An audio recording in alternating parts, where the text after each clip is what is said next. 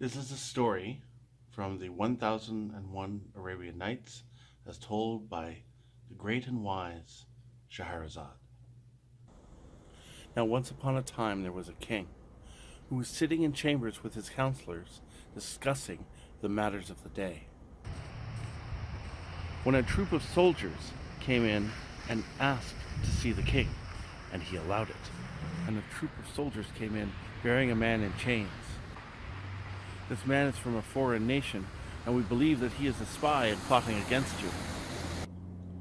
As soon as the man bound in chains saw the king, he grew very agitated and began to yell and gesture towards the king, or at least he would have gestured if his hands had not been bound by chains. "This man's speech and customs are foreign to me," said the king. "Can anyone speak his language so that I may understand what he's trying to say to me?" "I am familiar with this man's language and his customs, and I can tell you what he is saying. He is saying that your reputation as being a wise and generous king is renowned in the land which he comes from, and he is very honored to be in the same room with you."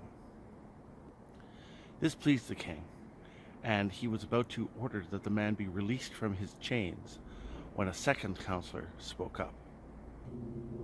"Do not listen to that man," said the second counselor. "He is lying to you. I also speak this man's language, and I can tell you he is not singing your praises. He has insulted you, your majesty. He has insulted you and your family, and he threatens that his nation will destroy this kingdom in war." Surprised, the king turned to the first counselor and said, "Is this true?" And the first counselor bowed his head and said, "Yes, it is true." Furious, the king had said to his guards, "Put this man in chains." And the counselor was surprised, and he protested and said, "Your Majesty, why are you punishing me? I spoke the truth." "You may have spoken the truth," said the king, "but your truth would surely have led our nations to war."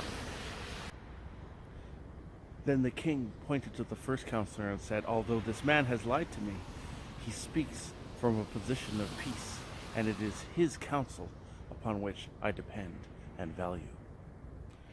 "Guards," said the king, "unchain this foreign man, for he is not my prisoner, he is my guest."